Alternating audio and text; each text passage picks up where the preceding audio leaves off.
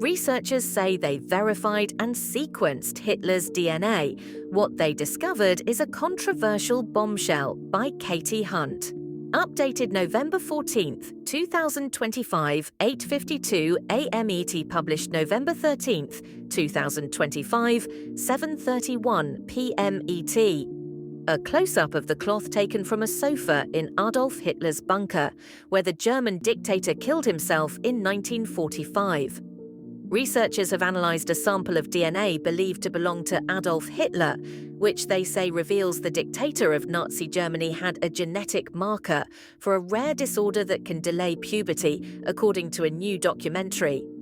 The research, which took more than 4 years to complete, was led by geneticist Turi King, a professor at the UK's University of Bath, who is known for identifying the remains of King Richard III. King, said she verified that a piece of material taken from a couch in the bunker where Hitler shot himself in 1945 was soaked in the dictator's blood by comparing a DNA sample recovered from the blood with a confirmed relative of Hitler's.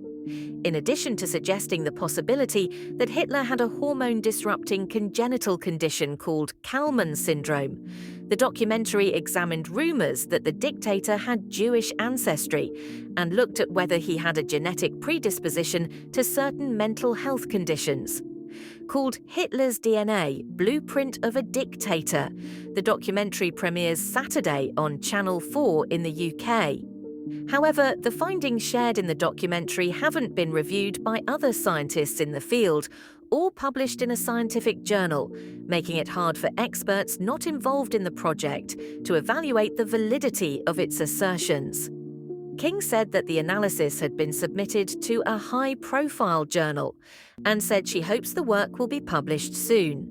The small patch of frayed fabric started its journey in 1945 in the hands of U.S. Army Colonel Roswell P. Rosengren, who was communications officer for General Dwight D. Eisenhower.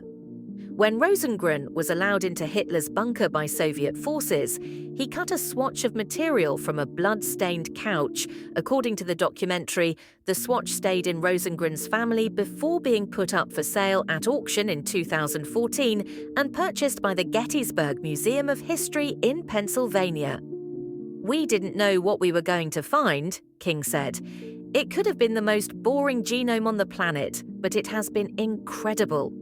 The most striking finding from the team's analysis was that Hitler had a mutation on a gene called PROC2 variants. In this gene are a cause of Kallmann syndrome and congenital hypogonadotropic hypogonadism, King said.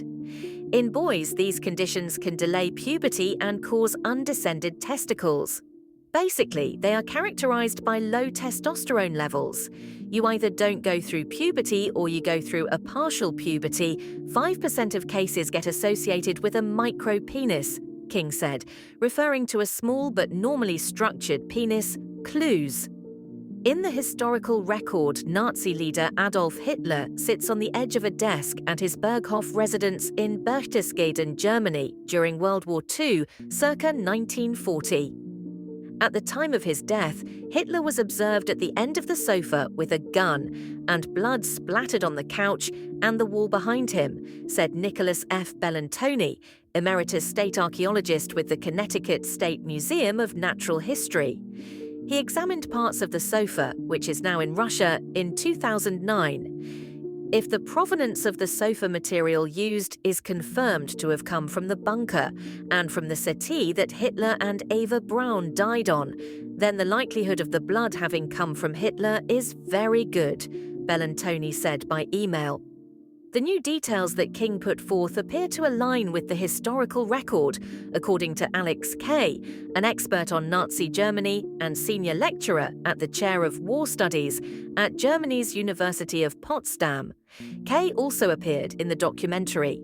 He noted that a medical document from Hitler's stay in prison after a failed coup known as the Munich Beer Hall Putsch in 1923 suggested the dictator had right-side cryptorchidism, a condition in which a testicle fails to descend into the scrotum. The discovery of Kallmann syndrome is, for me personally as a historian and as somebody who has spent more than 20 years researching the Nazis, a major finding, Kay said. He added the information potentially explained Hitler's lack of personal relationships.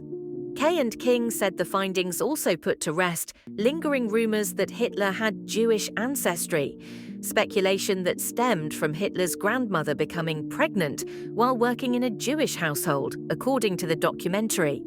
Because the Y chromosome data analyzed in the research matched the DNA of Hitler's male line relative, King said it's not possible Hitler had Jewish ancestry. If that was the case, we wouldn't have got the DNA match with him, King said.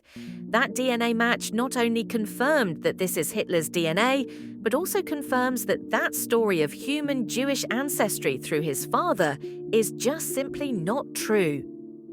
The value of historical DNA.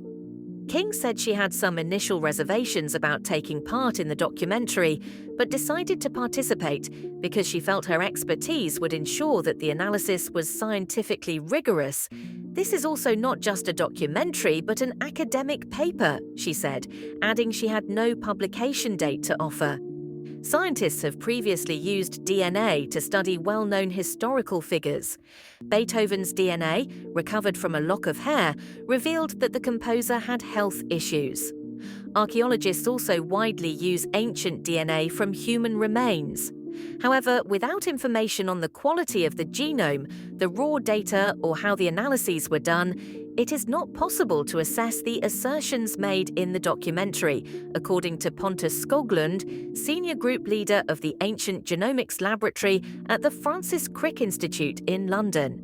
Stepping back, the scientific value of a media campaign such as this balanced against the possible stigmatization of individuals with these real diseases today can also be questioned, Skoglund said.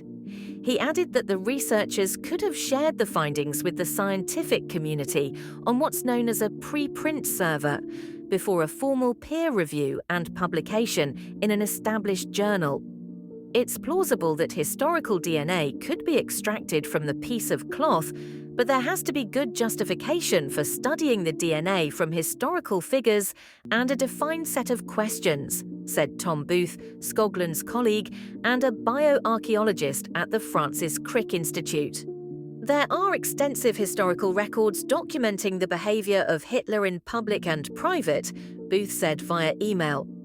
He is probably one of the most intensively studied figures in history, so I think it's difficult to argue the DNA evidence adds much in this regard. Even the Kallmann syndrome diagnosis might not be as straightforward as the headlines suggest. There can be a lot of variation in how it manifests physically, and while it is a plausible explanation for his undescended testicle, it doesn't justify the amount of micropenis in my newsfeed. A small puzzle piece. Geneticist Turi King, left, and historian Alex Kay both appear in the new documentary on Hitler. The researchers also said they calculated a polygenic risk score, which involves sifting through a person's DNA to quantify disease risk. Their findings suggested that Hitler had an increased genetic predisposition to schizophrenia, attention deficit hyperactivity disorder, and autism. However, polygenic risk score is a tool used today for research purposes. It's not diagnostic, and doesn't mean that Hitler necessarily had these conditions, said Dieter de Montis, a professor in psychiatric genetics at Denmark's Aarhus University, who was involved in the research and appears in the documentary.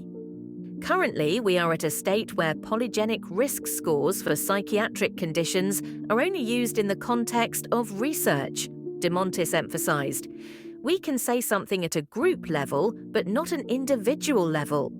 De Montis compared Hitler's polygenic risk score with those of 30,000 Danish people, and found that if Hitler lived today, his score for schizophrenia, autism, and bipolar disorder was actually higher than 99% of the individuals in the Danish population.